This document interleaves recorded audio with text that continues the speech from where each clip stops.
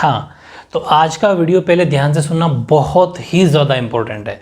उन बाकी जो 2 पार्ट पढ़े उनसे सबसे ज़्यादा इंपॉर्टेंट आज का पार्ट है। बिल्कुल एक एक लाइन टू लाइन, एक एक सेकंड आपके लिए इंपॉर्टेंट होने वाला, बहुत ही ज़्यादा इंपॉर्टेंट वीडियो है। इससे ज़्यादा मैं अब क्या कहना है आप समझ गए। एक तो मैं छोटी सी बात बता दूं आपको, जो मैंने पिछले वीडियो में आई थिंक बताई थी कि सबसे ठंडा स्थान वर्ल्ड का सबसे ठंडा स्थान बिल्कुल सही है, बर्खोयांस्क साइबेरिया के अंदर है, 69 डिग्री सेल्सियस। साइबेरिया रशिया का पार्ट है, समझते हो आप, ठीक है। रशिया यानी कि रूस, 69 डिग्री यहाँ पर सेल्सियस, माइनस में 69 डिग्री सेल्सियस टेम्परेचर रहता है, ये बिल्कुल ठीक है। दूसरी बात मैंने आपको लिखवाई, सबसे गर्म स्थान, लेकिन ये सबसे गर्म स्थान एशिया महाद्वीप का है, तीर्थजवी, जो 54 डिग्री है। लेकिन इसी को अगर वर्ल्ड का पूछे, वर्ल्ड में, जैसे ये तो वर्ल्ड में ही है, ये तो पड़ता तो ये भी एशिया में ही है, लेकिन वर्ल्ड का सबसे ठंडा स्थान है। फिर वापस वर्ल्ड का ही पूछे कि वर्ल्ड का सबसे स्थान, तो वो अफ्रीका कॉन्टिनेंट पड़ता है, वो एशिया में नहीं पड़ता, अफ्रीका कॉन्टिनेंट पड़ेगा। अल अजीजिया जो लीबिया देश के अंदर पड़ता है, 58 डिग्री सेल्सियस टेम्परेचर है। यानी कि यहाँ तो 54 था, तो इसके मुकाबले ये ज़्यादा है। तो ये तो एशिया का सबसे गर्म यही है, लेकिन वर्ल्ड का सबसे गर्म लीबिया है। ये थोड़ा सा उसी पेज में जाके, इसको आपने वर्ल्ड का लिखा होगा तो वर्ल्ड वाले को इसको ठीक कर लेना, वर्ल्ड का तो वर्ल्ड, ये एशिया का सबसे गर्म है, ठीक है। बस ये कुछ बातें बतानी थी, अपडेट कर लेना पिछले पेज में जहाँ आप नोट्स बना रखे हैं। बाकी अपन अब शुरू करते हैं।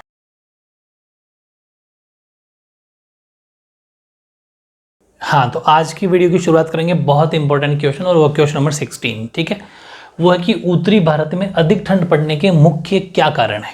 जो हमारा नॉर्थ इंडिया है वहाँ पर इतनी भयंकर ठंड क्यों पड़ती है, और नॉर्थ इंडिया के अंदर जैसे हम राजस्थान का ये पूरा ऊपर का पोर्शन, देखो मैं मेन चीज़ आपको छोटा सा नॉलेज करवा दूँ कि जहाँ पर भी ठंड ज़्यादा पड़ती है ना, वहाँ ऐसा मान लो कि वो डेजर्ट है, मतलब ज़मीन ज़्यादा, लैंड जहाँ पर ज़्यादा होगी वहाँ पर ठंड ज़्यादा पड़ेगी। जैसे कि हमारा जो साउथ का पोर्शन है वहाँ पर थोड़ा समुद्र आसपास में आ जाते हैं, सी वगैरह, तो समुद्र जहाँ पे होंगे वहाँ पर ह्यूमिडिटी रहती है, पानी की उमस रहती है, तो पानी की ह्यूमिडिटी रहेगी तो वहाँ पर ठंड पड़ती नहीं है, नॉर्मल एटमॉस्फेयर रहता है, ठीक है। चाहे वो गोवा हो, चाहे अपना मुंबई हो, वहाँ पर बिल्कुल ठंड नहीं पड़ती। जबकि यहाँ पर राजस्थान हो गया, इस पंजाब हो गया, हरियाणा, इस फील्ड में बहुत ज़्यादा ठंड पड़ती है, क्योंकि यहाँ पर समुद्र आसपास में समुद्र सी वगैरह है ही नहीं। ये मेन रीज़न ये रहता है।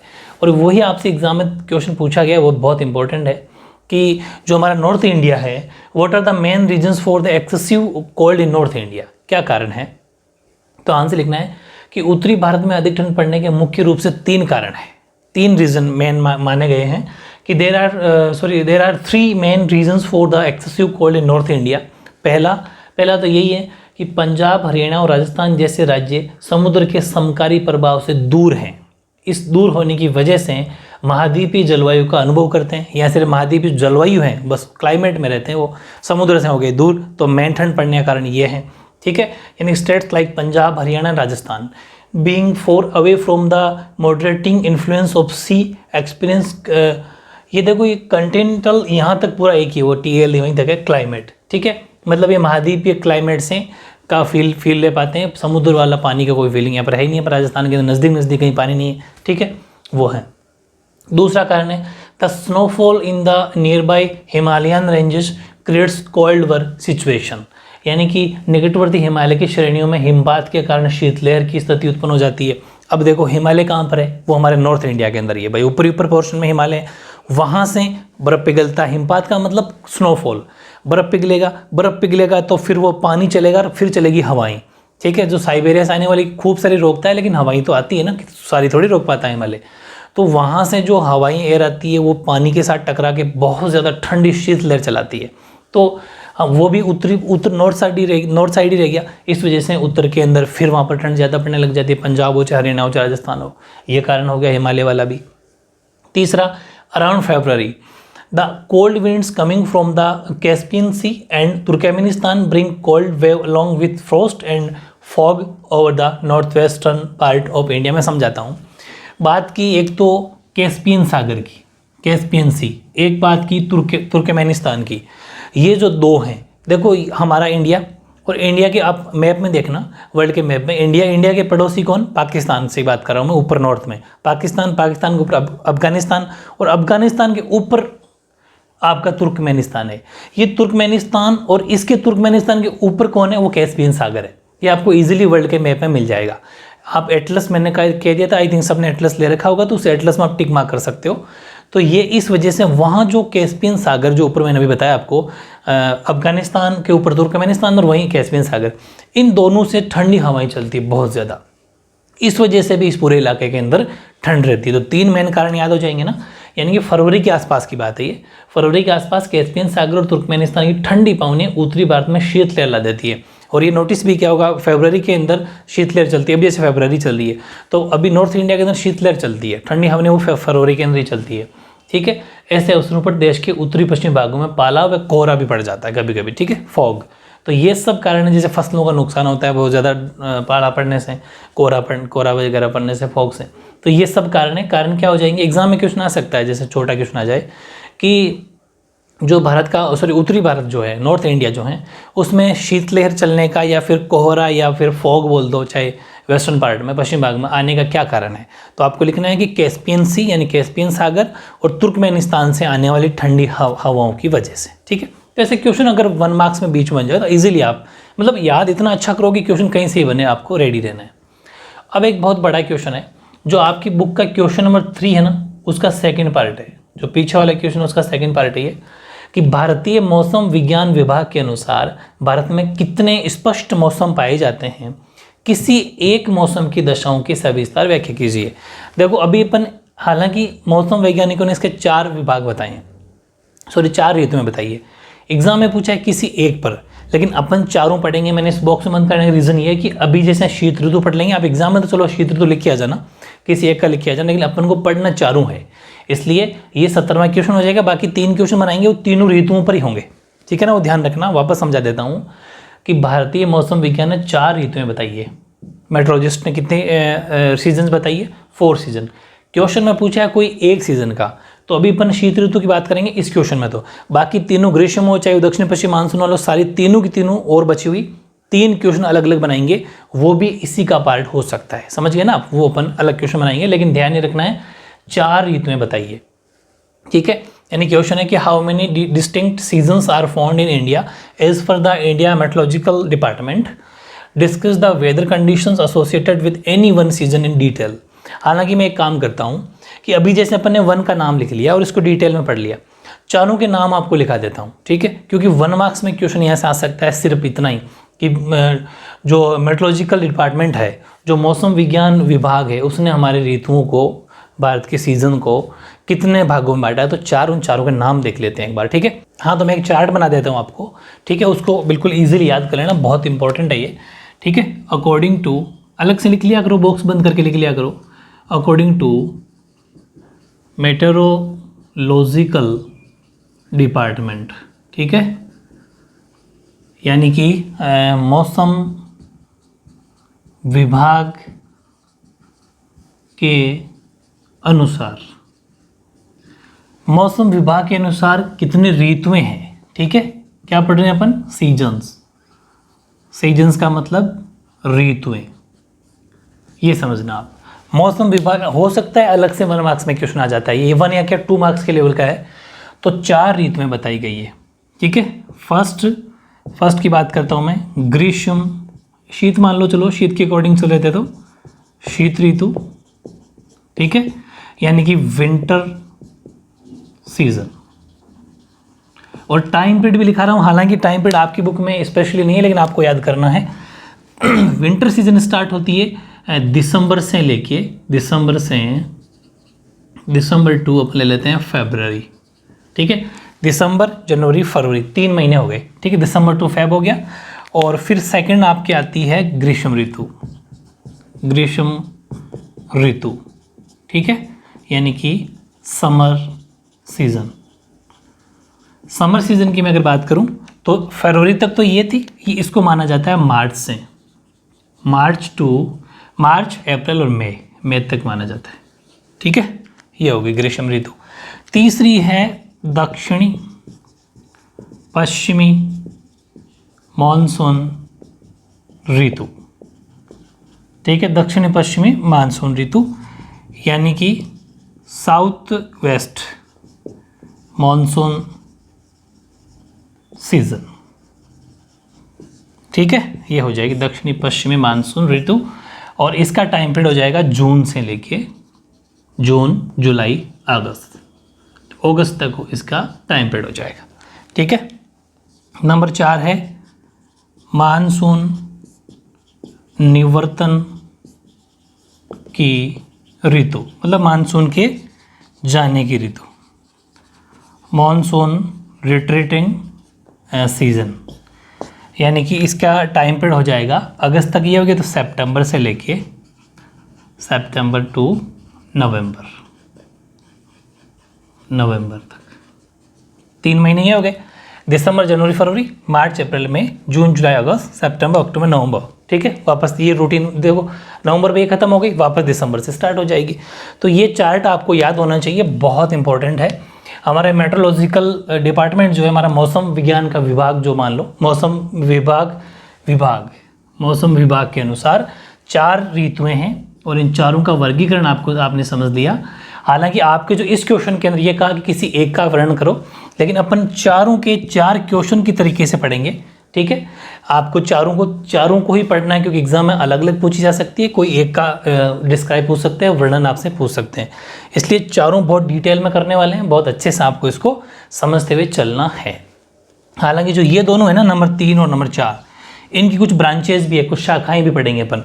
जैसे इसकी 3 ब्रांच पढ़ेंगे अपन, इसकी 2 ब्रांच पढ़ेंगे अपन। ठीक है। तो मतलब ऐसे हैं कि इसकी पहले तो 2 ब्रांच पढ़ेंगे, अरब सागर की शाखा और जो अपने बंगाल की खाड़ी की शाखा, बे ऑफ बंगाल और अरबियन सी। और फिर उन जो ये जैसे अरब सागर की शाखा पढ़ी अपन ने अरबियन सी की, और ये अपन पढ़ेंगे बे ऑफ बंगाल की। ठीक है। इस अरबियन सी की खुद की 3 शाखाएं हैं और बे ऑफ बंगाल की 2 शाखाएं, 2 ब्रांचेज है। पूरी बात समझ में आ गई। ऐसा छोटा सा चार्ट बना लेना, और ये भी मैंने नाम नहीं लिखे हैं, ये आप पहले थ्योरी पढ़ लो भी, उसके बाद में लास्ट में इसी चार्ट को मेंटेन कर देना, थोड़ा सा जगह छोड़ देना थोड़ी सी, और उसी में आगे बना देना कि दक्षिण पश्चिम मानसून की 2 ब्रांच, अरबियन सी और बे ऑफ बंगाल, अरबियन सी की 3 ब्रांच और बे ऑफ बंगाल की 2 ब्रांच। इस तरीके से मानसून निवर्तन के अंदर तो कुछ नहीं है इसमें, सॉरी कुछ है ही नहीं इसमें, कोई ब्रांच नहीं है भाई। नंबर 4 में तो कोई ब्रांच नहीं है इसमें, तो सिर्फ इसकी नॉर्मल स्टोरी पढ़ेंगे अपन कि कैसे आता है, कैसे जाता है। तो बहुत ज़रूरी चीज़ थी, इसको अच्छे से उतार के अपना हमेशा जैसा मैं बनाऊँ उसको ऐसे बॉक्स बंद कर दिया करो ऐसे, वो आपके नोट्स की नोटबुक में होना चाहिए। ठीक, हर चीज़ उसी में रखना है, और स्कूल से अलग रजिस्टर आपको बनाना है। ठीक है। तो अब अपन स्टार्ट करते हैं एक एक ऋतु या फिर एक एक सीजन।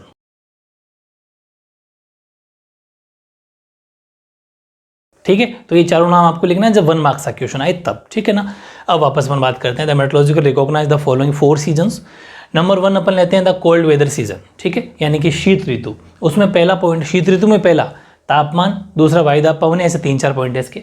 टेम्परेचर की अपन अगर बात करें तो देखो आमतौर पर हमारा जो नॉर्थ इंडिया है, उत्तरी भारत है, उत्तरी भारत में शीत ऋतु है ना, वो लगभग नवंबर के मध्य तक आपने सोचा देखा होगा, नवंबर के मिड तक आरंभ होती है। कि मतलब अपन कहते हैं ना कि आज 15 नवंबर के समथिंग ठंड आ जाती है, वही चीज़ है। तो नवंबर के मध्य तक आरंभ होती है, और उत्तरी मैदान में जनवरी और फरवरी सर्वाधिक ठंडे महीने होते हैं, ये आपको याद होना चाहिए। टेम्परेचर की बात करें अपन शीत ऋतु में, यानी द कोल्ड वेदर सीजन में, तो usually the cold weather season sets in by mid November in north northern India, और December and January are the coldest months in the northern plain. ये भी वेरी इंपॉर्टेंट, 1 मार्क्स से question आ सकता है। कौन से 2 महीने सबसे ठंडे? दिसंबर और जनवरी, ये सबसे ठंडे महीने हैं। ठीक है ना। और आपने नोटिस भी किया होगा, अपने दिसंबर और जनवरी में सबसे ज़्यादा ठंड पड़ती है, फरवरी में फिर धीरे धीरे कम होने लग जाती है। ठीक है। और इस समय उत्तरी भारत में अधिकांश भागों में औसत दैनिक टेम्परेचर जो है वो 21 डिग्री सेल्सियस रहता है। दिन का तापमान तो 21 डिग्री सेल्सियस रहता है, और रात्रि का तापमान काफ़ी कम हो जाता है, वो थोड़ी ठंड ज़्यादा होती है। देखा होगा कि दिन में तो ठीक ठाक मौसम और रात को ठंड ज़्यादा, ऐसा मौसम रहेगा पूरे फरवरी, आधे मार्च तक रहने वाला है। जो पंजाब और राजस्थान में हिमांक 0 डिग्री सेल्सियस, हिमांक का मतलब फ्रीजिंग पॉइंट, जो 0 डिग्री सेल्सियस होता है सब जानते हो आप, इससे भी नीचे चला जाता है पंजाब और राजस्थान में तो रात के टाइम पर। ठीक है। ये मतलब लगभग माइनस के आसपास। तो ये हो जाएगा नाइट टेम्परेचर में be quite low, sometimes going below freezing point. Freezing point का ब्रैकेट में लिख सकते हो आप 0 डिग्री सेल्सियस। ठीक है, यहाँ इस जगह इन पंजाब एंड राजस्थान। ठीक है, बहुत इजी है, फैक्ट सीधे सीधे फैक्ट है, इजीली आपको याद करना है। हाँ, बीच में क्वेश्चन आ सकता है कि जैसे शीत ऋतु के दिन का तापमान कितना रहता है? 21 डिग्री सेल्सियस रहता है। ठीक है, रात का थोड़ा बहुत ज़्यादा कम हो जाता है, वो हिमांक 0 डिग्री तक चला जाता है। फिर वायुदाब तथा पवनें, तो सितंबर के अंत तक यानी लगभग 22 दिसंबर, ये जितनी भी डेट है वेरी इंपॉर्टेंट है, सीधा सीधा क्वेश्चन आएगा फैक्ट वाला। तो दिसंबर के अंत तक यानी 22 दिसंबर सूर्य दक्षिणी गोलार्ध में मकर रेखा पर सीधा चमकता है। मकर रेखा ट्रॉपिक ऑफ कैंसर 23.5 डिग्री मैंने आपको बता रहा 23.5 सब समझ में आ रखा है। वहाँ पर सूर्य सीधा चमकता है और दक्षिणी भारत में वायुदाब उतना अधिक नहीं होता, ठीक है। वायुदाब मतलब प्रेशर बेल्ट, यानी कि ये है कि by the end of December 22 December date भी लिखना है, the sunshine vertically over the tropic of Capricorn in the southern hemisphere, ठीक है। In South India the air pressure in slightly lower, ठीक है, स्लाइटली लोअर रहता है। अब मेरी बात सुनो, यहाँ पर कुछ बातें लिखी हुई है 1019 MB और 1013 MB, ठीक है। इसका मैं भी आपको एक मैप से समझाता हूँ। 1019 और 1013 मिलीबार क्या है पूरी एक बार समझो, बहुत इंपॉर्टेंट चीज़ है ये। हाँ, तो मैंने आपके लिए 2 डायग्राम बनाए हैं। प्रॉपर इंडिया का मैप बने कोई ज़रूरी नहीं है, ठीक ठाक समझ में आ जाना चाहिए, मार्क्स नहीं करते इस चीज़ के। और ये कुछ दाब, ऐसा मान लो कि दाब क्षेत्र है, प्रेशर एरिया है, ये आपको ज़रूर ध्यान रखना है। अब देखो जैसे अभी अपन बात कर लेते हैं पहले विंटर की, हालांकि मैंने एक्स्ट्रा में आपके ग्रीष्म का ही बना दिया है, समर का ही बना दिया है। पहले विंटर को समझो। ये जनवरी के टाइम पर रहता है, ठीक है। शीत ऋतु के अपन पढ़ रहे हैं अभी, तो विंटर वाले में लगेगा ये 1013। बिल्कुल ऐसा इंडिया के नीचे वाले पोर्शन में साउथ में शुरू करना, 13, 14, 15 और 16, मतलब ये जो अपना गुजरात वाला पोर्शन है इसके लास्ट कोने तक 16 पहुंचा देना, ये ध्यान रखना। यहाँ तो कोई मेजरमेंट करने की जरूरत नहीं है, एक्यूरेट की जरूरत नहीं है, इस अंदाजे से या फिक्स हो गया। और फिर ये जो पोर्शन है, जो अपन 2 ऐसे खांचे बनाए ना, इस सेकंड वाले से लेके इन दोनों के टच तक, ये 1017 मिलीबार। MB का मतलब ये मिलीबार है, ठीक है। Hindi medium English medium MB लिख देना, फुल फॉर्म मिलीबार की जरूरत नहीं है। और फिर यहाँ से लेके ये जो पूरा पोर्शन है ये 1018 हो जाएगा। ये राजस्थान के अंदर लगभग राजस्थान वाला पोर्शन ये 1019 मिलीबार हो जाएगा। तो ये रफ स्केच आपको बनाना है, ये बनाना है शीत ऋतु वाले के अंदर डायग्राम बना देना, बहुत इफेक्टिव आंसर जाएगा, ठीक रहेगा। कोशिश कर लेना, ज़्यादा मुश्किल है नहीं, ठीक है। अब अपन जब सेकंड ऋतु पढ़ेंगे, ग्रीष्म ऋतु, समर सीजन, उसमें बना देना ये। इसमें जो प्रेशर रहता है या दाब का जो एरिया रहता है वो 1009 से लेके 997 से लेके 1009 के बीच में रहता है। देखो मैं आपको कुछ बात बता दूं, इसमें तो रहता है 1013 मिलीबार से लेके 1019 मिलीबार, ठीक है। 1019 मिलीबार हाईएस्ट ये रहा, ये तो रहता है ग्रीष्म ऋतु के अंदर, ठीक है। और इसके अंदर जो आपका रहता है वो रहता है 997 मिलीबार से लेके 997 मिलीबार से लेके 1009 मिलीबार, ये रहता है आपका इस सीजन में, ठीक है। ये दोनों आपको ज़रूर याद रखना है। अब एक चीज़ और, वापस वैसा 1009, 1008, ये अगर मैं बढ़ते अगर मैं चलूँ तो ये 997, ये 998 देखो राजस्थान के ऊपर से निकलता हुआ यहाँ टच गुजरात तक। फिर यहाँ से इनका सबका ज़रूर ध्यान रखना, जैसा मैंने मैप में दिखाई लाइनें वैसी वैसी होनी चाहिए, यहाँ इन खांचों के बीच से निकलनी चाहिए, फिर यहाँ इससे पहले, ठीक है। और फिर ये ऐसे निकल जाएगी और फिर ये ऐसे निकल जाएगी, ठीक है। और ये फिर सब कुछ ये 1009, 8, 7, 6, 5, 4, 3, फिर ये 2, फिर 1001 मिलीबार, 1000 मिलीबार, 999 मिलीबार, 98, 97 मिलीबार, ठीक है, 997 तक इस तरीके से। और ग्रीष्म ऋतु जुलाई का महीना होता है, वो लिखना है आपको नीचे। और ये इसका ग्रीष्म का टेम्परेचर मान लो प्रेशर वो रह जाएगा, दाब रह जाएगा। अब एक चीज़ और समझनी है, तीसरी बात, तीसरा अपन पढ़ेंगे ऋतु पढ़ेंगे दक्षिणी पश्चिमी मानसून।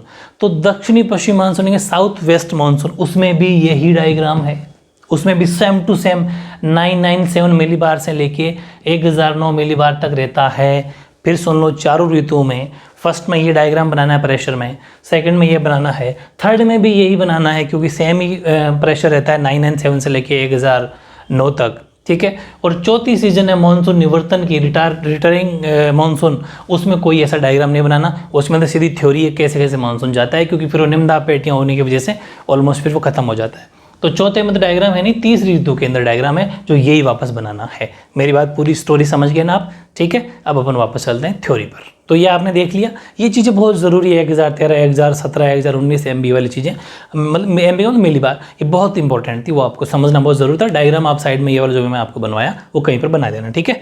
आगे देखते हैं, due to low pressure gradient the light winds with a low velocity of about 3 to 5 kilometre per hour begin to blow outwards, ठीक है। यानी कि कम दाब प्रवणता के कारण 3 से 5 किलोमीटर प्रति घंटे की दर से मंद गति की पवनें चलती है, प्रेशर कम होने की वजह से। और सर्दियों में भारत का मौसम बड़ा सुहावना रहता है वैसे, लेकिन कभी भी फिर भी ये कभी कभी क्या होता है कि सुहावना मौसम कभी कभार हल्के चक्रवाती अवदाबों से बाधित हो जाता है, जैसे कभी बारिश आ जाती है, कभी कभी सर्दी में मौसम ख़राब हो जाता है और कभी कभी ठीक भी रहता है, दिन का टेम्परेचर ठीक है, धूप निकल जाती है, बाकी ठीक टेम्परेचर सुहावना मौसम रहता है। मतलब बिल्कुल भी चिपचिपाहट नहीं रहती। ठंड सर्दी के मौसम में हमेशा ड्राई डे होता है, डे बिल्कुल ड्राई होता है, आपने नोटिस किया होगा। जबकि मौसम जो बारिश का होता है उसमें थोड़ी सी ह्यूमिडिटी रहती है। तो ये इस तरीके से बड़ा सुहाना मौसम होता है। लेकिन कभी कभार डिस्टर्बेंस हो जाता है जब बारिश भी होती है, और वो कभी कभी बारिश सही भी होती है, जैसे माउट वगैरह के लिए। माउट जो बारिश, सर्दी की बारिश क्या बोलते हैं, माउट। तो माउट वाली बारिश बहुत सही भी मानी जाती है। तो during the winters the weather in India is pleasant, however at intervals get, अभी ये पूरा नहीं हुआ, थोड़ा सा इंग्लिश में स्पेस कम पड़ गया, इसको पूरा कर लेंगे लाइन को, ठीक है। हाँ, तो जो लाइन रह गई थी इंग्लिश मीडियम वालों के लिए, तो वही हाउएवर, तो इतना लिख लिया था अपन, एडजस्ट कर लेना। At intervals get disturbed by shallow cyclonic depressions, ठीक है। इस तरीके से आपका कंप्लीट हो गया।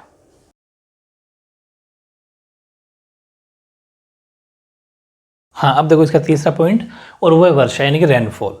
और वर्षा के मामले में ये ध्यान रखना है कि वैसे तो शीतकालीन मानसून के अंदर बारिश बहुत कम होती है, लेकिन हाँ कुछ एक्सेप्शन ऐसे हैं, 2-3-4 मैंने एक्सेप्शन आपके अपवाद स्वरूप लिखे हैं।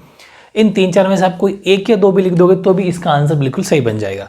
लेकिन कोशिश कर लेना कि 3-4 पूरे हो जाए, क्योंकि यहाँ से 1 मार्क्स के क्वेश्चन बीच में बनने के पूरे चांस है। जैसे कि शीतकालीन मानसून पवने स्थल से समुद्र की ओर चलने के कारण वर्षा नहीं होती, ठीक है। ये ध्यान रखना है कि शीतकाल के अंदर जो पवने हैं वो स्थल से समुद्र की ओर चलती है, इस वजह से बारिश तो नहीं होती, लेकिन अपवाद स्वरूप कुछ क्षेत्रों में शीत ऋतु में वर्षा होती है, ठीक है।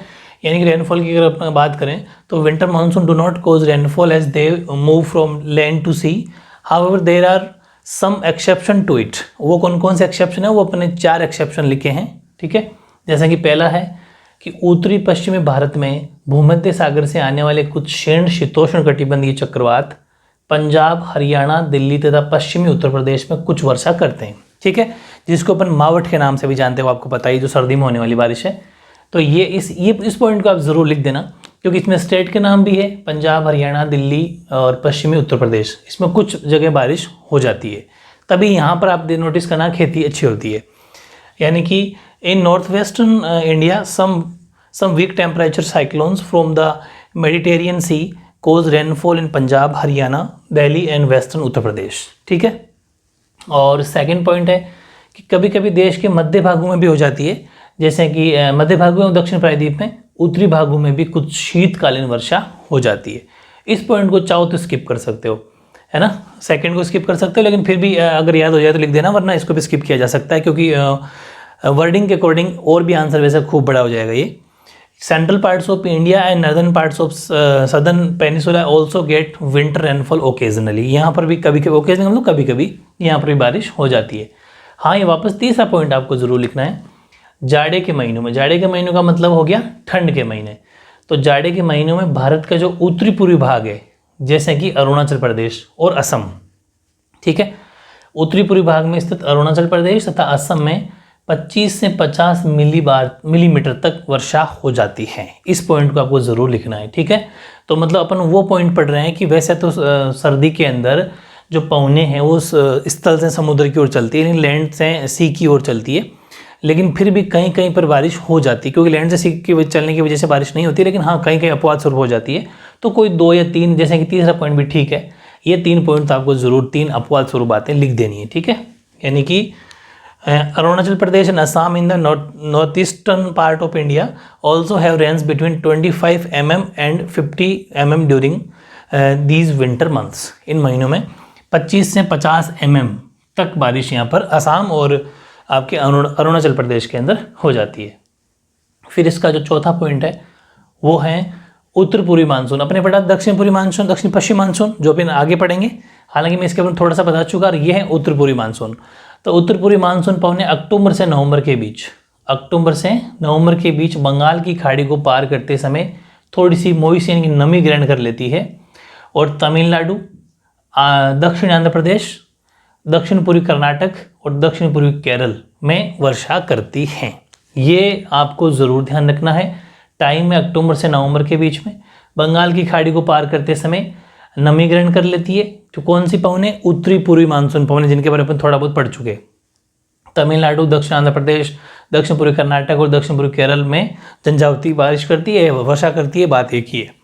यानी कि during October and November north east monsoon while crossing over the bay of Bengal picks up moisture and causes territorial rainfall over the Tamil Nadu coast, southern Andhra Pradesh और south east Karnataka and south east Kerala. ये स्टेट 2-4 कोशिश करना सारे याद हो जाए, और अगर 1-2 ना भी हो तो गलत तो मत लिखना, लेकिन 2-3 याद कर लेना, ठीक है। स्टेट का नाम लिखने से आपका आंसर और ज़्यादा इफेक्टिव बन जाएगा। तो ये होगी अपने बारिश की बात, यानी कि वर्षा की बात, रेनफॉल की बात। अब बात करते हैं, ये तो अपनी जो शीत ऋतु थी वो कंप्लीट हो चुकी है, ठीक है, विंटर सीजन कंप्लीट हो गई।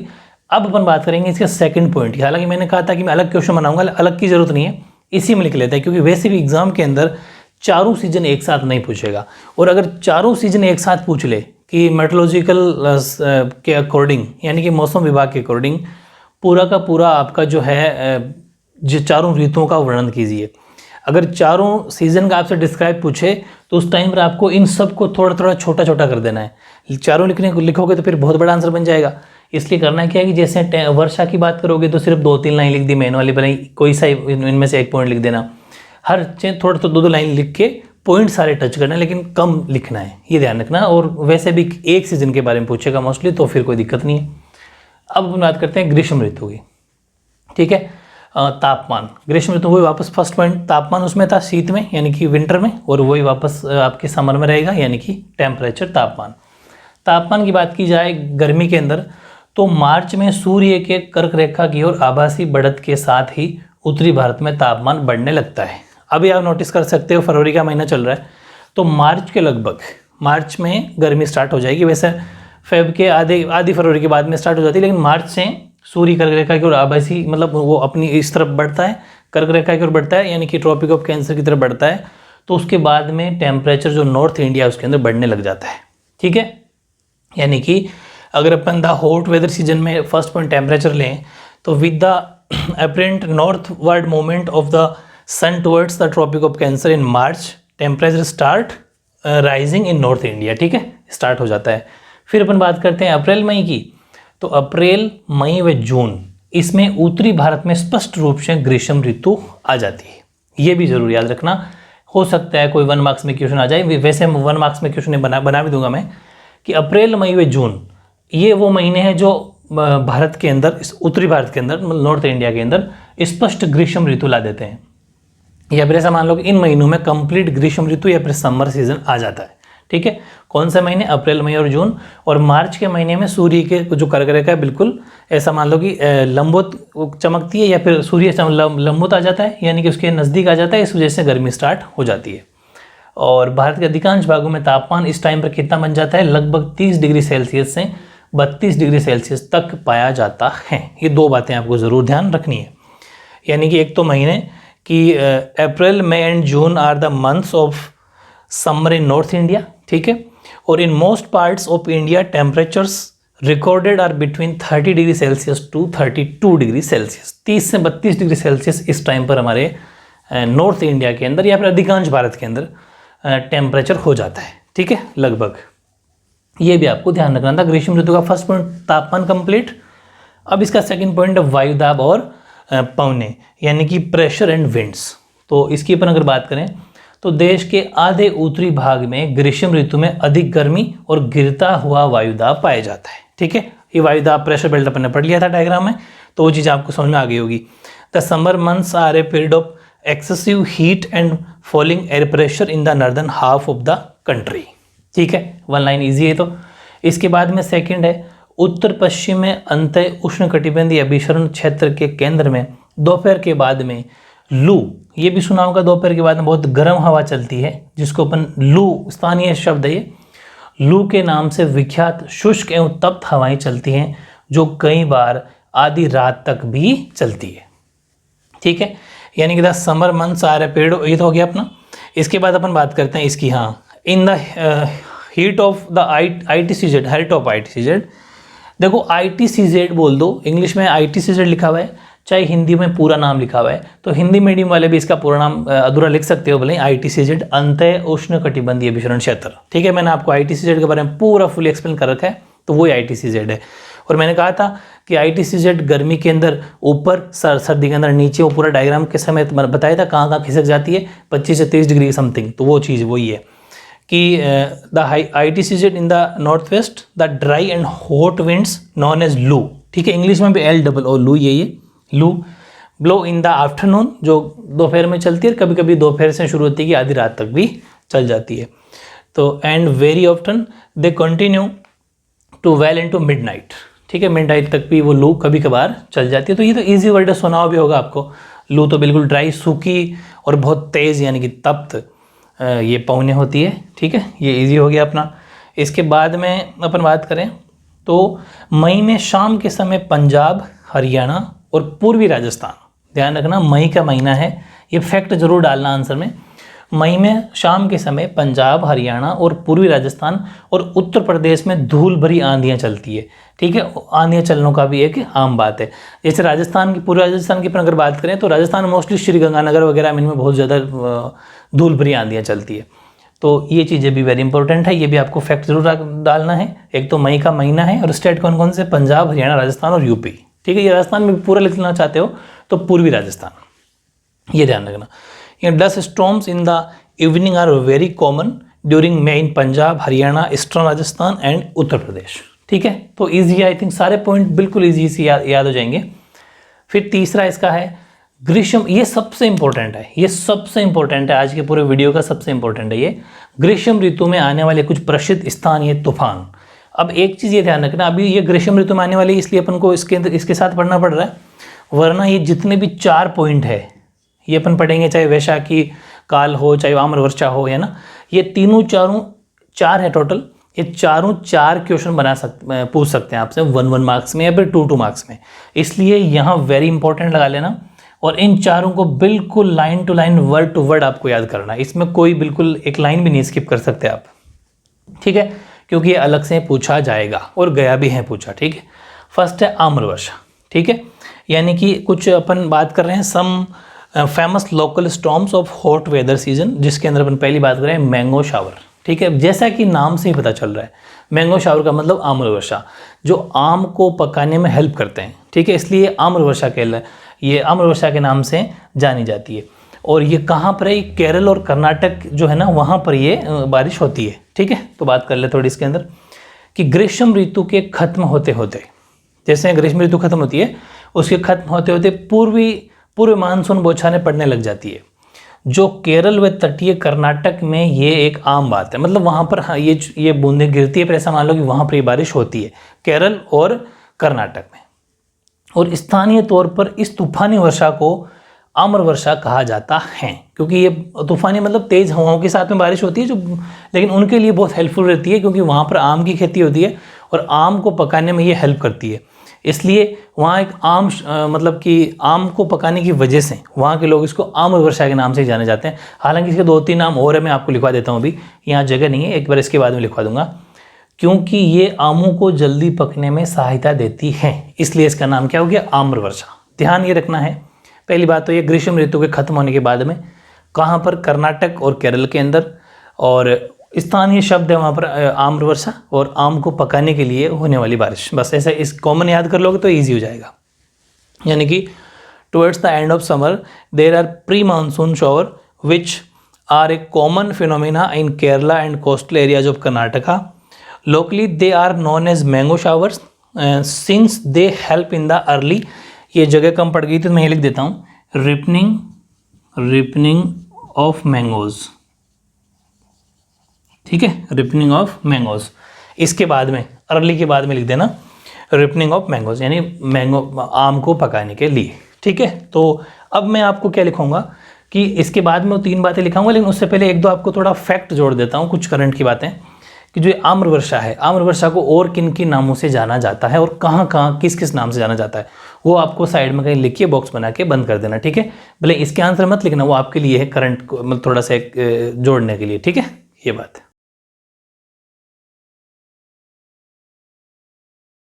हाँ, तो कहीं साइड में लिख लेना 2-4 नाम है जो आपको थोड़ी कहते हैं ना कॉम्पिटिशन वाली फीलिंग आएगी। और ज़रूरी भी ऐसी चीज़ जानना कि वैसे तो देखो कर्नाटक और केरल के तट पे इसका नाम आम्र वर्षा हो गया, यानी कि मैंगो शावर हो गया, तो फिर भी स्पेसिफिक बिल्कुल स्थानीय लोकल नेम इनके और होते हैं, एकदम लोकल नेम भी पूछे जाते हैं। जैसे कि मैं अगर बात करूँ केरल की, ठीक है, तो केरल में तो पता चल गया आपको आम्र वर्षा के नाम से जानी जाती है, ठीक है, यानी कि मैंगो शावर। और अब मैं बात करता हूँ कर्नाटक की। तो कर्नाटक के अंदर इसके दो नाम है, एक तो है चेरी ब्लॉसम, चेरी ब्लॉसम, ठीक है, चेरी ब्लॉसम के नाम से भी जाना जाता है। एक कॉफ़ी वर्षा, कॉफ़ी वर्षा बोल दो चाहे कॉफ़ी रेन बोल दो, वो तो आप खैर बनाए लोग, इंग्लिश तो इसकी ईजी है। तो कॉफ़ी रेन के नाम से भी इसको जाना जाता है, ये भी ध्यान रखना। कॉफ़ी वर्षा कहाँ पर? कर्नाटक में चेरी ब्लॉसम और कॉफ़ी रेन या कॉफ़ी वर्षा, ये कर्नाटक में नाम है। केरल में आम्र वर्षा, ये मैंगो शावर नाम है इसका, मैंगो शावर, ठीक है। और अब बात आती है ओडिशा की।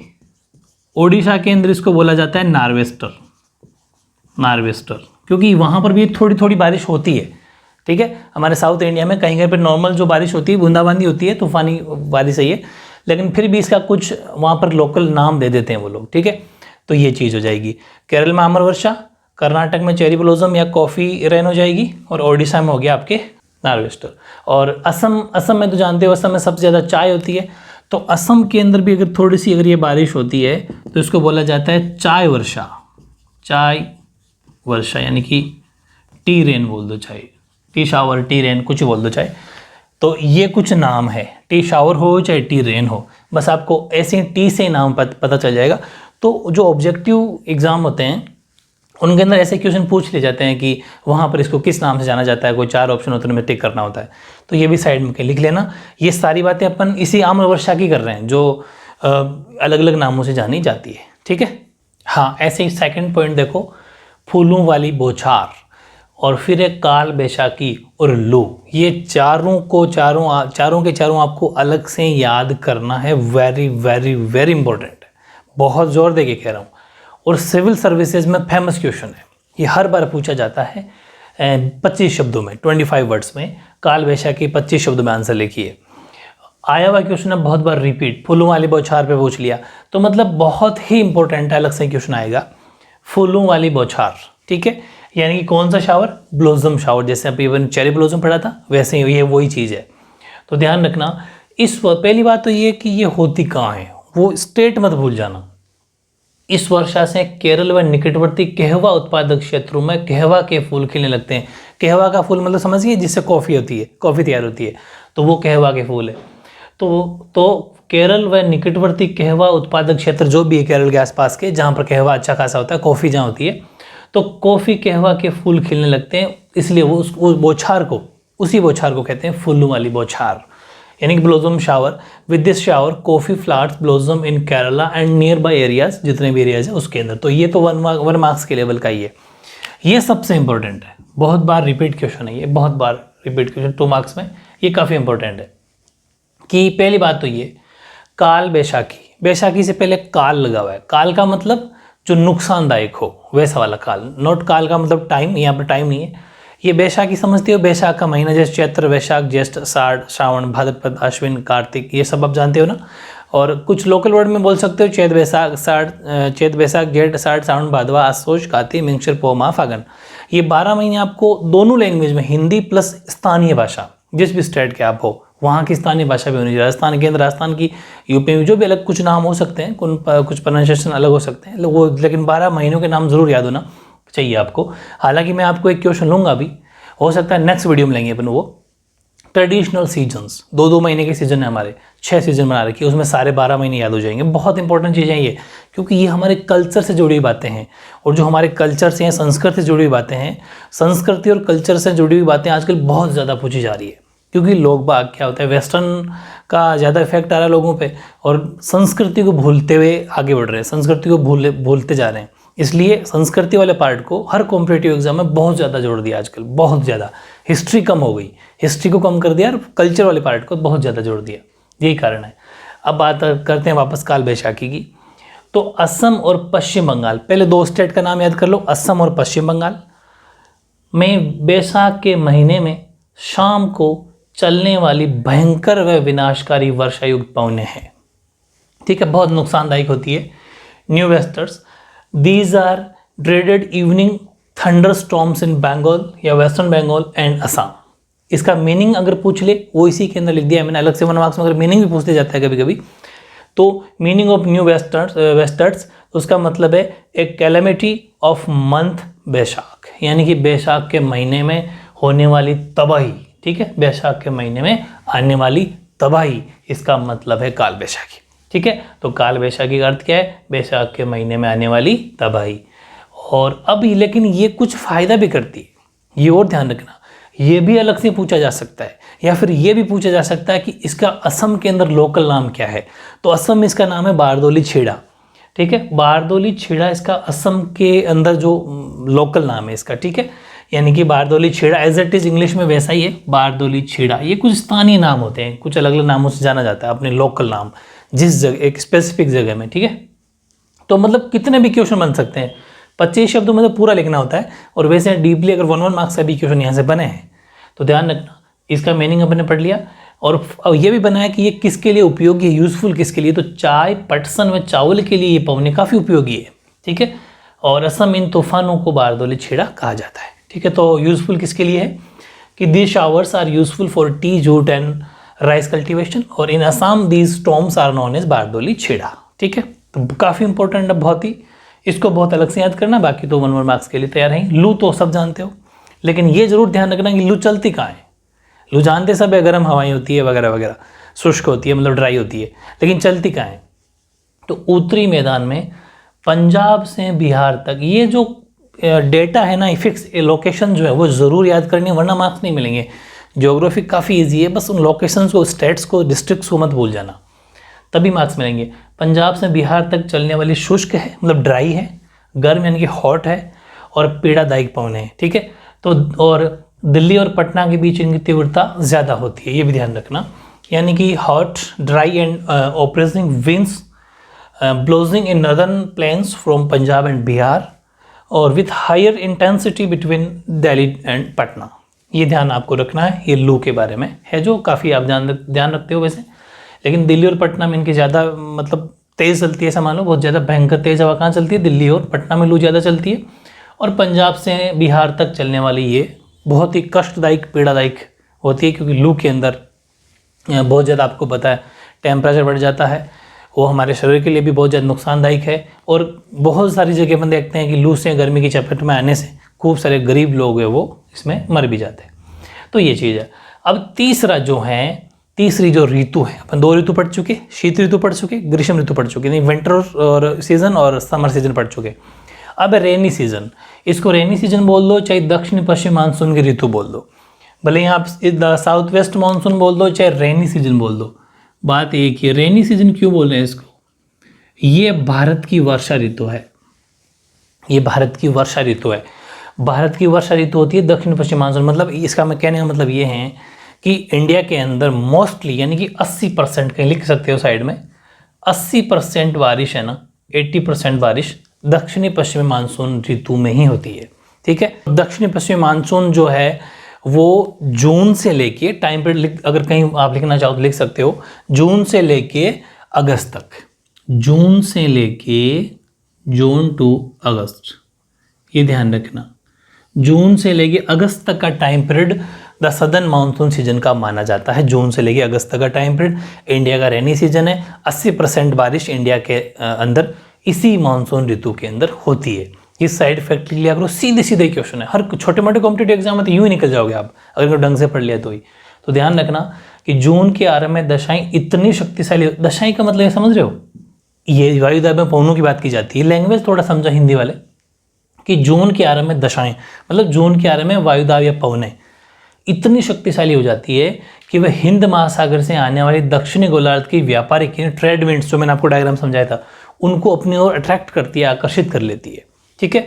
यानी कि प्रेशर विंड्स की बात करें तो बाय अर्ली जून है ये, ठीक है, by early June they are powerful enough to attract the trade winds of southern hemisphere coming from the Indian ocean, ठीक है। वो इंडियन ओशन से आने वाली जो सदर्न यानी कि जो व्यापारिक पवनें हैं उनको अपनी ओर आकर्षित कर लेती है। और भूमध्य रेखा, यानी कि भूमध्य रेखा को जैसे ये पार करती है, तो भूमध्य रेखा को पार करके इनकी दिशा दक्षिण पश्चिम हो जाती है, ठीक है। यानी कि ये जैसे ही इक्वेटर को क्रॉस कर, इक्वेटर मैंने लिखवा दिया डायग्राम बना के 0 डिग्री 55 वाला, तो after crossing the equator they follow A south westerly direction, और जैसे ही ये दक्षिण पश्चिम हो जाती है, मैंने कहा था ट्रेंड विंड्स ऊपर से आती है, ट्रेंड विंड्स आप डायग्राम पे जाना, तो ट्रेड विंड्स जो ऊपर से आती है वो डायरेक्शन ऐसे आती है क्योंकि अपनी ओर आकर्षित कर लेती है। वो इक्वेटर बीच वाला विषुवत रेखीय जिसको बोलते हैं भूमध्य रेखा वाले, जो 0 से 5 वाला लिखा दिया डायग्राम याद होगा, तो वो अपनी ओर अट्रैक्ट करते ही ये हो जाती है दक्षिण और पश्चिम डायरेक्शन हो जाता है। मतलब कि मैंने आपको डायरेक्शन बताना चाहूँ तो ये हो गया आपका नॉर्थ, ये साउथ, ये वेस्ट और ये ईस्ट, ऐसे आती है वो, ऐसे आती है आपकी ट्रेड विंड्स, यूं तिरछी लिखवाया था ना मैंने आपको। तो इनका डायरेक्शन यूं हो जाता है, मतलब ये दक्षिण पश्चिम हो जाता है। ठीक है, भूमध्य रेखा को जैसे ही पार करती है तो इनकी दिशा वो दक्षिण पश्चिम हो जाती है, और इस दक्षिण पश्चिम यानी कि साउथ वेस्ट होने की वजह से इसका नाम पड़ गया ये दक्षिणी पश्चिम मानसून इसको कहा जाता है। इसी कारण इन्हें दक्षिणी पश्चिम मानसून कहा जाता है। इजी है, ठीक है, यानी कि that is why they are known as south west monsoon. Easy है। फिर टेम्परेचर की बात करें, सेकंड पॉइंट इसका इस ऋतु का, तो टेम्परेचर ये है कि इसमें अचानक से बारिश होती है, और सीधी सी बात आप समझते हो जब बारिश होगी तो टेम्परेचर डाउन हो जाएगा। ठीक है, ये तो तय है, ज़्यादा नहीं लेकिन कम थोड़ा बहुत हो ही जाता है कि लगभग 5 से 8 डिग्री सेल्सियस। तो दक्षिण पश्चिम मानसून की ऋतु में वर्षा अचानक आरंभ हो जाती है। ठीक है, और बहुत तेज़ भी होती है क्योंकि हमारे इंडिया में तो पूरी बारिश वहीं से होती है, जिससे मध्य जून से मध्य जुलाई के बीच दिन का तापमान जो है वो 5 डिग्री सेल्सियस से 8 डिग्री सेल्सियस की गिरावट आ जाती है दिन के टेम्परेचर में। ठीक है, और रातें तो ठीक ठाक ठंडी होने लग जाती है। Temperature rain in the south west monsoon season begins rather abruptly, so the day temperature registered a decline of 5 degree Celsius to 8 degree Celsius between mid June and mid July। तो काफ़ी ईजी है, time पर ध्यान रखना है। Temperature 5 से 8 degree Celsius down हो जाता है क्योंकि इस सीज़न के अचानक से बारिश होती है, लेकिन मिड जून से मिड जुलाई, ठीक है, अच्छा खासा तैयारी करनी है, बिल्कुल भी पॉइंट नहीं छोड़ना है। ठीक है, एज इट इज़ नोट्स, ये कि आप सिविल सर्विस बनाने वाले हो, डिट्टो में मेरा रिवीजन हो रहा है ये, तो आप समझ सकते हो आपके लिए भी कितना इंपॉर्टेंट है ये चीज़ आगे जाके।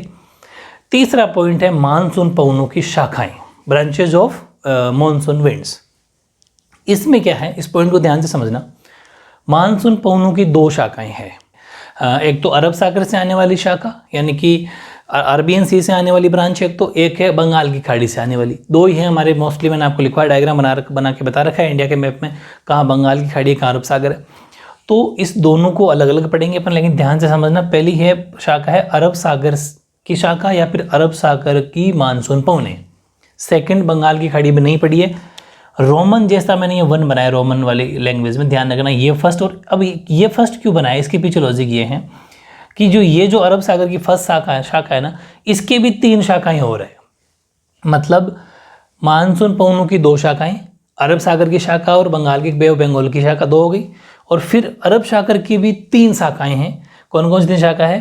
अरब सागर से उत्पन्न होने वाली मानसून पवनें फिर 3 शाखाओं में बढ़ती है, पहली, दूसरी, तीसरी, तीनों पढ़ेंगे। उसके बाद हम वापस सेकंड आएंगे बंगाल की खाड़ी पर, तब जाके पूरी होगी। तो ध्यान रखना, ये नंबरिंग का ध्यान रखना। ये तो 3 नंबर, ये ऐसा साइन बना दिया मैंने, इसका फर्स्ट और फर्स्ट का भी फर्स्ट, 3 शाखाएं पढ़ेंगे इसकी, फर्स्ट पहली शाखा। ठीक है, तो इस चीज़ को जरूर समझ लेना कि नंबरिंग से।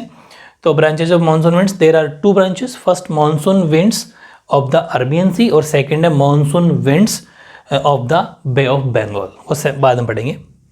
पहले इसकी बात करें तो monsoon winds originating over the Arabian sea further split into 3 branches, 3 branches है। फर्स्ट ब्रांच है, this branch is obstructed by the western Ghats, जो हमारा पश्चिमी घाट है वो इसको रोकती है, इस शाखा को।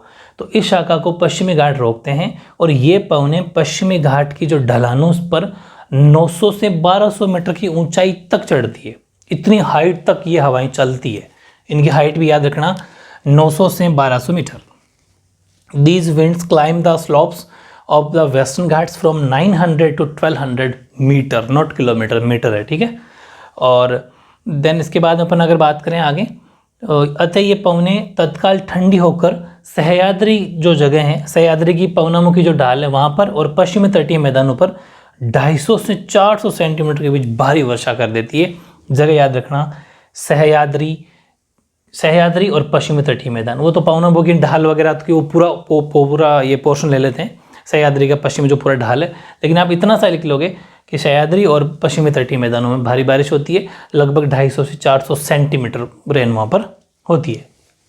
ठीक है, इसका ध्यान रखना कि सोन, क्योंकि देखो ये 900 से 1200 मीटर हाइट तक जाती है और उस वजह से वो ठंडी जल्दी हो जाती है, तो soon they become cool and as a result the windward side of the Sahyadris and western coastal plains receive very heavy rainfall ranking between 250 centimetre and 400 centimetre. बहुत भारी बारिश होती है, इतनी बारिश वहाँ पर 250 से 400 सेंटीमीटर के बीच बारिश ये कर जाती है। तो अभी अपन ने पहली की पहली शाखा पढ़ी, अभी इसकी 2 शाखाएं पढ़ेंगे, फिर सेकंड पे आएंगे, ठीक है।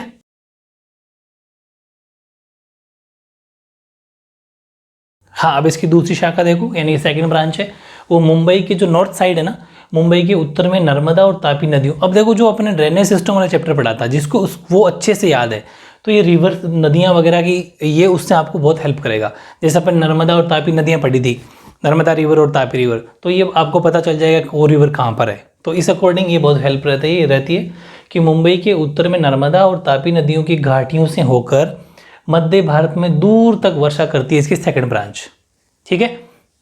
This branch of the Arabian sea monsoon strikes the coast north of Mumbai moving along the Narmada and Tapi river valleys, ठीक है।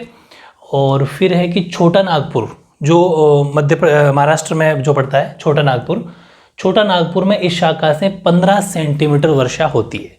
15, तो मतलब ये एक तो जो बीच में ऐसा डेटा डालता हूँ ना फैक्ट, ये फैक्ट आपको हमेशा डिफरेंट आंसर देते हैं आपको, और अच्छे आंसर की एक पहचान होती है, 1-2 फैक्ट बीच में डाल देना। तो छोटा नागपुर इस शाखा में 15 सेंटीमीटर वर्षा होती है, छोटा नागपुर में इस शाखा से, ठीक है। यानी कि the Chota Nagpur plateau gets 15 centimetre rainfall from this part of the branch, ठीक है। ये होगी इसकी सेकंड ब्रांच। तीसरी शाखा, थर्ड ब्रांच है सौराष्ट्र प्रायद्वीप, जो गुजरात के अंदर पड़ता है, और कच्छ भी गुजरात में ही है। उसके नीचे कच्छ की खाड़ी, जो मैंने आपको डायग्राम में बताई थी, अगर आपने मैप के वीडियोस देखे हैं तो आपको कच्छ की खाड़ी सब याद रह जाएगा। वहाँ से टकराती है तीसरी ब्रांच, ठीक है। ध्यान रखना, सौराष्ट्र और कच्छ से टकराती है, वहाँ से ये अरावली के साथ, राजस्थान का मोस्टली पार्ट अरावली से डिस्टर्ब है, जो अजमेर तक आगे जाती है, और अरावली पर्वतमाला राजस्थान में का जो पश्चिमी राजस्थान है उसमें बारिश होने से काफ़ी रोकती है, क्योंकि अरावली पर्वतमाला से बारिश कम होती है।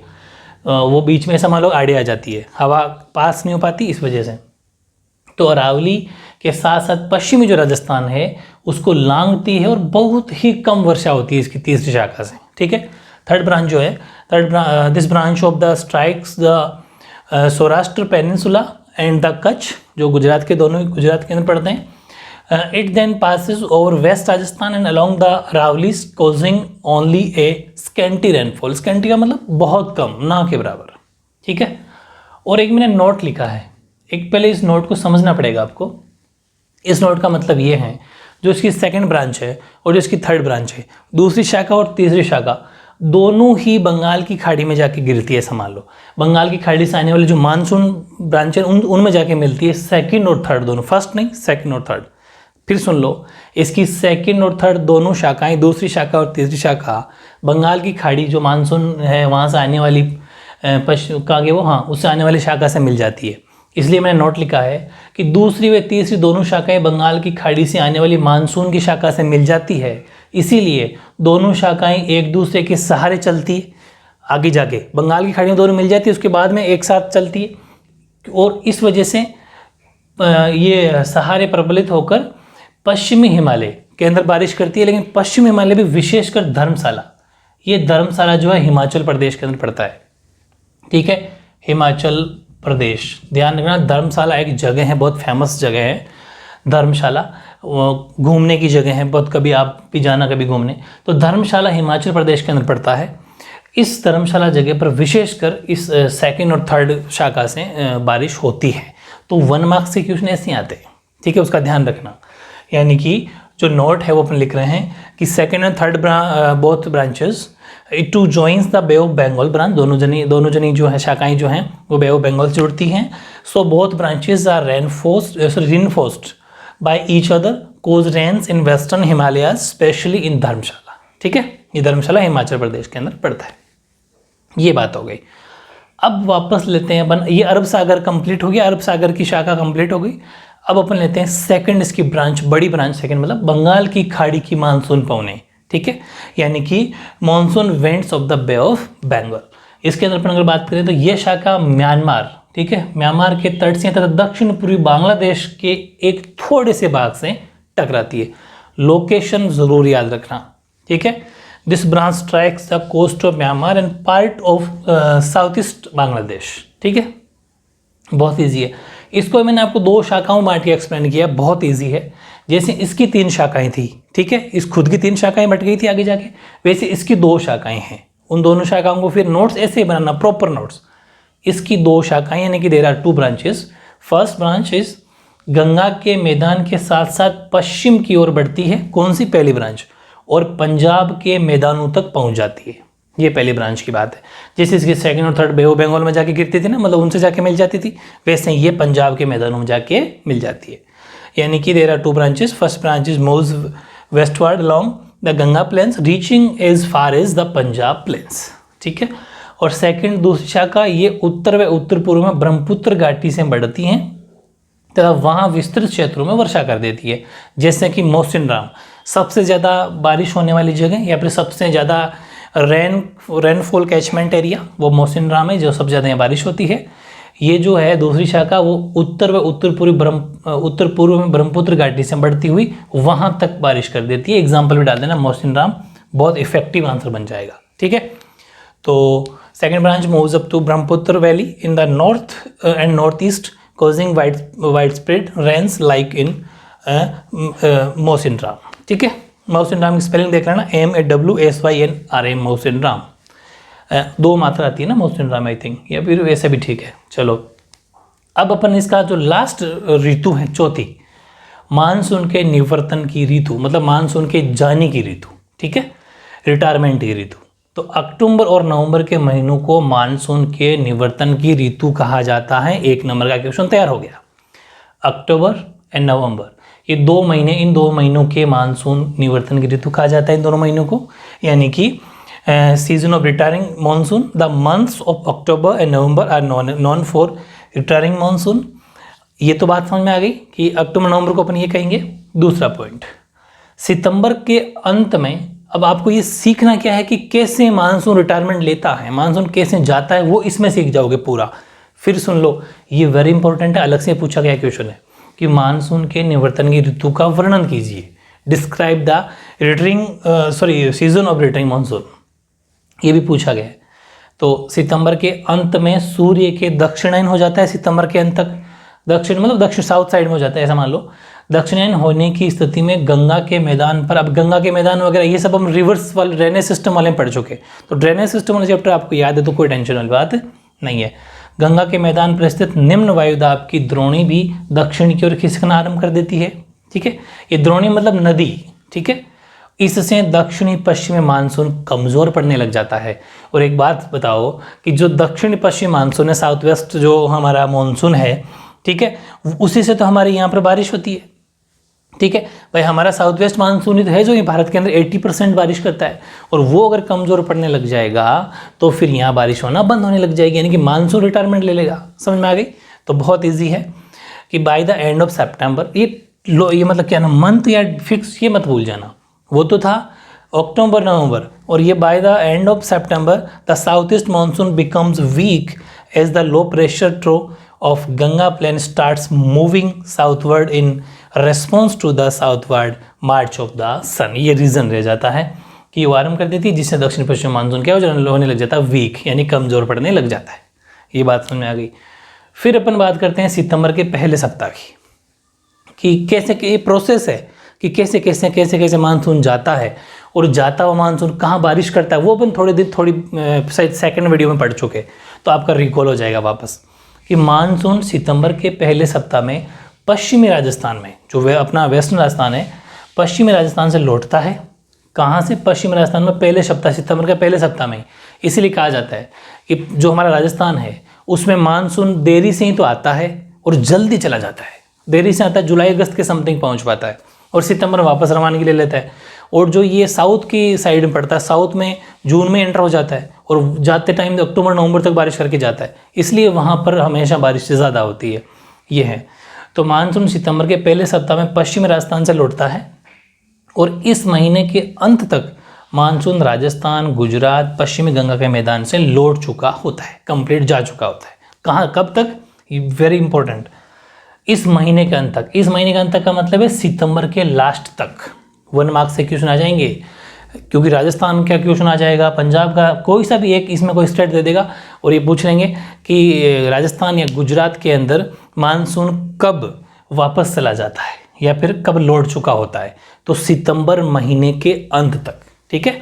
यानी कि the monsoon retires from the western Rajasthan by the first week of September, और इट, यहाँ से ये वाला लाइन 1 मार्क्स का क्वेश्चन है, it withdraws from Rajasthan, Gujarat, western Ganga plain by the end of the month. End of the month का मतलब है by the end of the September month, सितंबर महीने के एंड में ये चला जाता है राजस्थान से, गुजरात से, ठीक है, ये ध्यान रखना। फिर है अक्टूबर की बात करते हैं।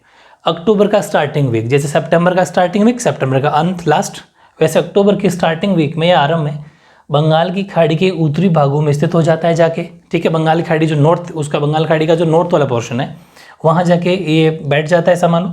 तथा नवंबर के शुरू में ये कर्नाटक और तमिलनाडु की ओर बढ़ जाता है। और ये चीज़ अपन पढ़ चुके कि नवंबर में तमिलनाडु कर्नाटक तरफ पहुँचता पहुँचता वहाँ पर बारिश कर जाता है, ठीक है, जो उनके लिए बहुत हेल्पफुल रहती है, ये ध्यान रखना। तो by the beginning of October the low pressure covers northern parts of the bay of Bengal and by early November it moves over Karnataka and Tamil Nadu. अब ये पूरा नहीं हुआ है, बहुत ज़बरदस्त प्रोसेस है, आपको ये सीखने बड़ा मज़ा आ रहा होगा कि कैसे मानसून वापस जा रहा है, ठीक है, और कैसे मानसून आता था वो अपन पढ़ चुके, पूरी डेट वगैरह पढ़ चुके। फिर भी मैं कुछ मैप वगैरह और बना दूंगा आपको, तो बहुत सारी चीज़ें आपको ईजिली समझ में आ जाएगी, ठीक है।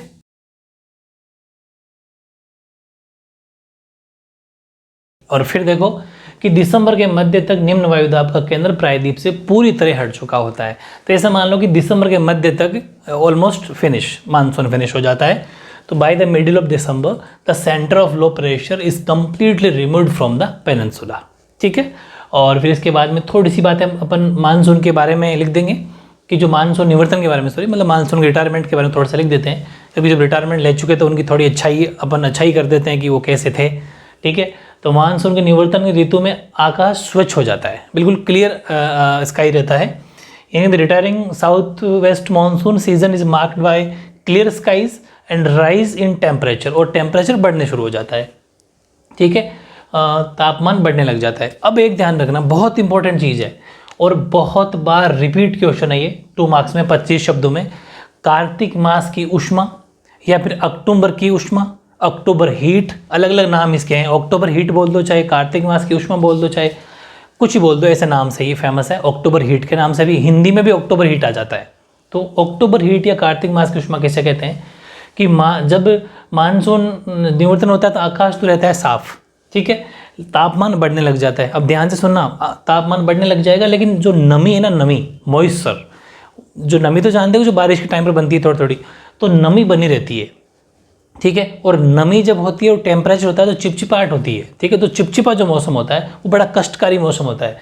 तो उच्च तापमान और आर्द्रता, आर्द्रता मतलब नमी, इनकी दशाओं में मौसम बड़ा कष्टकारी हो जाता है, और इसीलिए आमतौर पर इसे कार्तिक मास की उष्मा या फिर अक्टूबर हीट, अक्टूबर के महीने की तो अक्टूबर हीट कहा जाता है। तो the retiring south east monsoon is, ये तो हो गया। Rise in temperature, the land is still moist, उस टाइम पर लैंड है वो बिल्कुल मॉइस्ट रहती है, थोड़ी आर्द्रता नमी रहती है इसमें। और owing to the condition of high temperature and humidity, तो the weather becomes rather oppressive, this is commonly known as the October heat. अलग से क्वेश्चन आएगा अक्टूबर हीट का, ध्यान रखना इस चीज़ का, very famous, very important question, ठीक है। और इसके बाद में एक क्वेश्चन और लिया अपन ने, लास्ट 18वां, कि तमिलनाडु तट वर्षा ऋतु में शुष्क क्यों रह जाता है। शुष्क मतलब ड्राई क्यों रह जाता है तमिलनाडु का तट। Why the Tamil Nadu coast remains dry during monsoon season या फिर रेनी सीजन, एक ही बात है।